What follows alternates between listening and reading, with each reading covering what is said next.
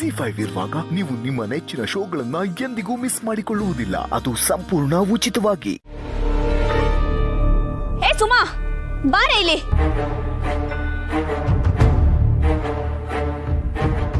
ಮನೆಗೆ ಫ್ರೆಂಡ್ ನ ಕರೆದು ಹೊಡೆದು ಕಳ್ಸಿದ್ಯಲ್ಲ, ನಾಚಿಕೆ ಆಗಲ್ವಾ ನಿನ್ಗೆ?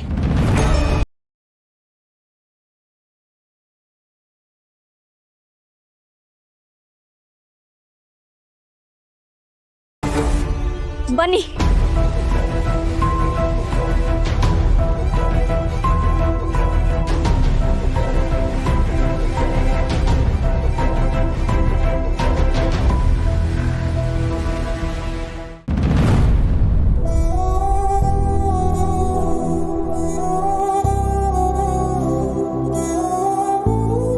ಸ್ನೇಹ, ನಿನ್ನ ನೇರವಾಗಿ ಒಂದು ಪ್ರಶ್ನೆ ಕೇಳಲ್ಲ?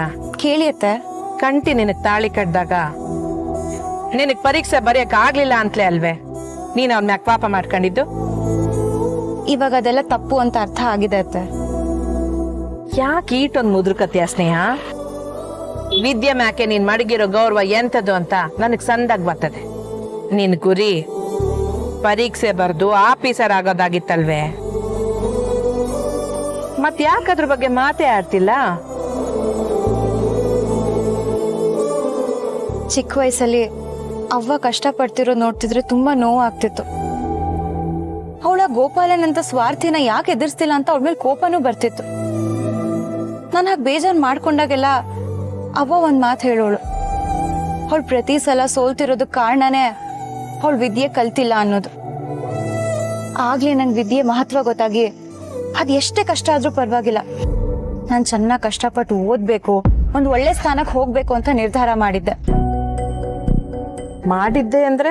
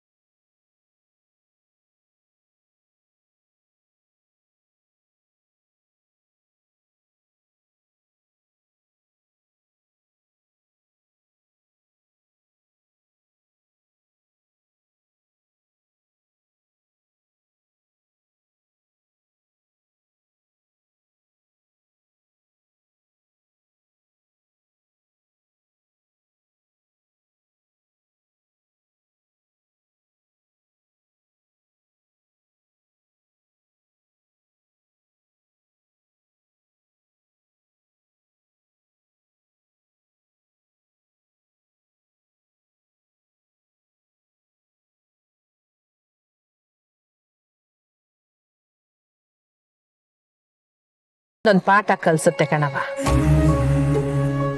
ಆ ಪಾಠಗಳು ವ್ಯಕ್ತಿ ಜೀವನನೇ ಬದಲಿಸ್ತೈತೆ ಅನ್ನೋದು ದಿಟ್ಟವಾದ ಮಾತು. ಸ್ನೇಹ, ನಿನ್ ಇಷ್ಟ ಬಂದಂಗೆ ನಿನ್ ಜೀವನನ ನಡ್ಸೋ ಎಲ್ಲ ಅಧಿಕಾರನೂ ನಿಂಗೈತೆ ಕಣವ. ಈ ಅಧಿಕಾರನ ಇಷ್ಟು ದಿವಸ ನನಗೆ ಹೆಂಗ್ ಬೇಕೋ ಹಂಗ ಅರ್ಥ ಮಾಡ್ಕೊಂಡಿದ್ದೆ. ನನಗೇನ್ ಸರಿ ಅನ್ಸತ್ತೋ ಅದೇ ಸರಿ ಅಂತ ತಪ್ಪು ತಿಳ್ಕೊಂಡಿದ್ದೆ. ಇದ್ರಿಂದ ನಿಮ್ಗೆಲ್ಲ ಎಷ್ಟು ಬೇಜಾರ್ ಮಾಡಿದೀನಿ ಅನ್ನೋದು ನಂಗೆ ಈಗ ಅರ್ಥ ಆಗ್ತಿದೆ. ಹಿಂದೆ ಆಗಿರೋದಕ್ಕೆಲ್ಲ ನನಗೆ ಕ್ಷಮಿಸಿಯತ್ತೆ.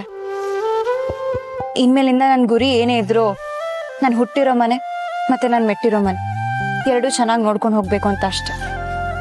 ಯಾಕೆ ಇಷ್ಟೊಂದು ನೊಂದ್ಕತಿಯ ಸ್ನೇಹ? ತ್ಯಪ್ ಮಾಡ್ದಾಗ್ಲೇ ಅಲ್ವೇ ಒಳ್ಳೆತನದ ಬೆಲೆಗೆ ಗೊತ್ತಾಗೋದು. ನೋಡು, ನೀನ್ ಯಾವ್ದಕ್ಕೂ ಕೊರಗಬೇಡ. ಹಂಗೆ ನಮಗ್ ಕೂಸಿನ ಆಸೆ ಐತೆ ಅಂತ ನೀನ್ ಓದನ್ನ ಮುಂದಕ್ಕೆ ಹಾಕ್ಬೇಡ. ಯಾಕೆಂದ್ರೆ ಆ ಸಾರದೆ ಎಲ್ರಿಗೂ ಒಲಿ ಹಾಕಿಲ್ಲ.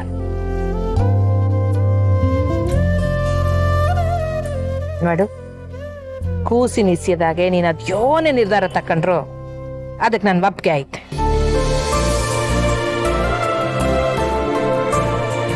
ಪ್ರವೀಣ, ಗಾಡಿನ ನಂಜವನ್ ಮನೆ ತಕ್ಕ ತಿರುಗಿಸು.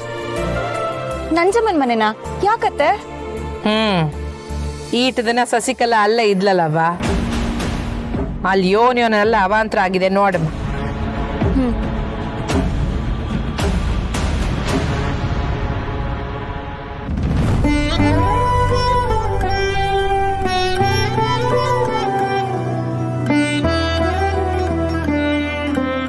ಇಲ್ಲಮ್ಮ, ಆಧಾರ್ ಕಾರ್ಡ್ ಜೆರಾಕ್ಸ್ ಕೊಡು.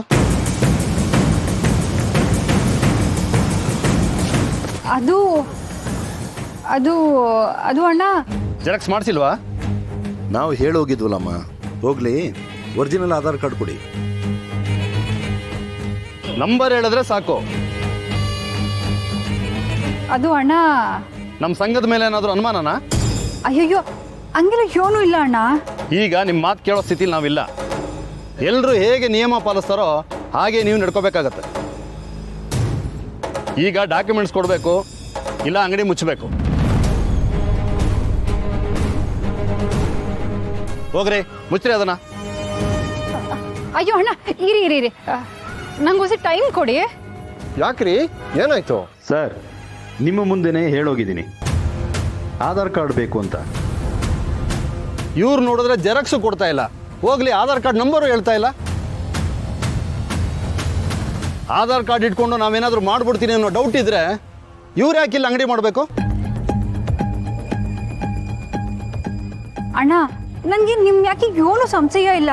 ಮತ್ತು ಆಧಾರ್ ಕಾರ್ಡ್ ಕೊಡೋದಕ್ಕೆ ಏನಮ್ಮ ಕಷ್ಟ ನಿನಗೆ? ಆಧಾರ್ ಕಾರ್ಡ್ ಕಳೆದೋಗಿದೆ ಅಂತ ಇಷ್ಟೊಂದು ತಲೆ ಕೆಡಿಸ್ಕೊಳ್ಳೋ ಅವಶ್ಯಕತೆ ಇಲ್ಲಮ್ಮ. ಹೀಗಾಗಿದೆ ಅಂತ ದೂರು ಕೊಟ್ರೆ ಮತ್ತೆ ಆಧಾರ್ ಕಾರ್ಡ್ ಸಿಗುತ್ತೆ. ಆದ್ರೆ ಯಾವ ಊರ್ನ ಕಳ್ದೋಯ್ತು ಅಂತ ಗೊತ್ತಿಲ್ಲ. ಹಾಗಾದ್ರೆ ಒಂದು ಕೆಲಸ ಮಾಡು, ನಿಂದು ಯಾವ ಊರು? ನಿಮ್ಮ ಊರಿಗೆ ಹೋಗಿ ಕಂಪ್ಲೇಂಟ್ ಕೊಟ್ಟು ಅಲ್ಲೇ ಆಧಾರ್ ಕಾರ್ಡ್ ಮಾಡಿಸೋದು ಒಳ್ಳೇದು. ಇಲ್ಲಿ ಮಾಡ್ಸಕ್ ಆಗಕ್ಕಿಲ್ವೇ?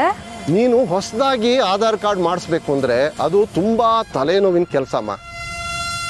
ಅದು ಅಲ್ಲದೆ ಯಾವ ಆಧಾರನೂ ಇಲ್ಲದೆ ಈ ಕೆಲಸ ಆಗಲ್ಲ. ನೀನು ಊರಿಗೆ ಹೋಗು, ಅಲ್ಲಿ ಎಲ್ಲ ಆಧಾರನೂ ನಿಂಗೆ ಸಿಗುತ್ತೆ. ಪರಿಚಯದವ್ರು ಸಿಕ್ಕಿದ್ರೆ ಕೆಲಸ ಇನ್ನೂ ಸುಲಭ ಆಗುತ್ತೆ ಕಣಮ್ಮ. ಹಂಗಾದ್ರೆ ನಾನು ಊರಿಗೆ ಹೋಗ್ಲೇಬೇಕಾಯ್ತದೆ ಸಾಹೇಬ್ರೆ. ಇನ್ನೊಂದು ವಾರದೊಳಗಡೆ ಆಧಾರ್ ಕಾರ್ಡ್ ಸಿಗಲಿಲ್ಲ ಅಂದರೆ ಅಪ್ಲೈ ಮಾಡಿರೋ ಅಕ್ಲಾರ್ಮೆಂಟ್ ಕಾಪಿನಾದರೂ ಕೊಡಬೇಕಾಗತ್ತೆ. ಇಲ್ಲ ಅಂದರೆ ಅಂಗಡಿ ಮುಚ್ಚಬೇಕಾಗತ್ತೆ. ಬನ್ರಿ. ಇದರಲ್ಲಿ ಯೋಚನೆ ಮಾಡೋ ಅವಶ್ಯಕತೆ ಇಲ್ಲಮ್ಮ. ನೋಡು, ನಾನು ನನ್ನ ಫ್ರೆಂಡು ಇಲ್ಲಿ ಬಂದಿದ್ದೀವಿ. ಇವತ್ತು ನಮ್ಮಿಬ್ಬರಿಗೆ ತಿಂಡಿ ಕೊಡು.